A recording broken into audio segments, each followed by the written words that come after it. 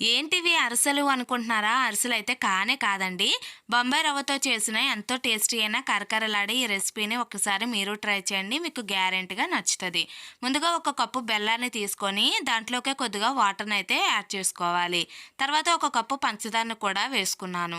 ఇది ఒక్కసారి కలిపేసుకొని తగినంత సాల్ట్‌ని కూడా యాడ్ చేసుకొని ఇవి 2 బాగా కరిగేంత వరకు ఇలా కరిగిన తర్వాత ఒక పొంగి వచ్చేంత వరకు ఇలా మరిగించుకోవాలి. ఒక పొంగు వచ్చిన తర్వాత బొంబాయి రవ్వని యాడ్ చేసుకుంటూ ఇలా కలుపుకుంటూ ఉండాలి. కలపడం అయితే అస్సలు ఆపకూడదండి. అలా ఆపారంటే బొంబాయి రవ్వ మొత్తం ఉండలు కట్టేస్తది.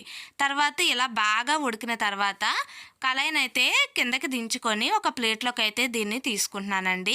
ఇలా ఒక ప్లేట్‌లోకి తీసుకున్న తర్వాత కొద్దిసేపు చల్లార్చుకోవాలి. అలా చల్లారిన బొంబాయి రవ్వని చేతితోటి ఇలా మెత్తగా సాఫ్ట్‌గా చేసుకోవాలండి. చేతికి అంటుకోకుండా ఆయిల్ అయితే అప్లై చేసుకోండి.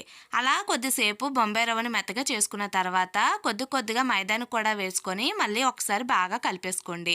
ఇలా చపాతీ ముద్దలాగా కలుపుకున్న తర్వాత చిన్న చిన్న ఉండలుగా మొత్తం అంతా చేసుకొని పక్కనైతే పెట్టుకోండి. ఇప్పుడు వేడిగా మరుగుతున్న ఆయిల్‌లోని ముందుగా మనం ప్రిపేర్ చేసుకున్న ఈ ఉండని చేతిలోకి తీసుకొని జస్ట్ ఒక నొక్కితే మనకి ఈ స్వీట్ రెసిపీ అన్నది రెడీ అయిపోతది. ఈ షేప్‌లో వచ్చిన తర్వాత మనము ఆయిల్‌లో అయితే వేసుకోవాలండి. ఆయిల్ అయితే బాగా వేడిగా ఉన్నప్పుడే వేసుకోండి. అసలు సిమ్‌లో పెట్టకండి. అలాగే వేసిన వెంటనే కలుపుకుంటా ఒక 2 నిమిషాల పాటు అలా వదిలేసారంటే మనకి రెసిపీ బాగా వస్తది.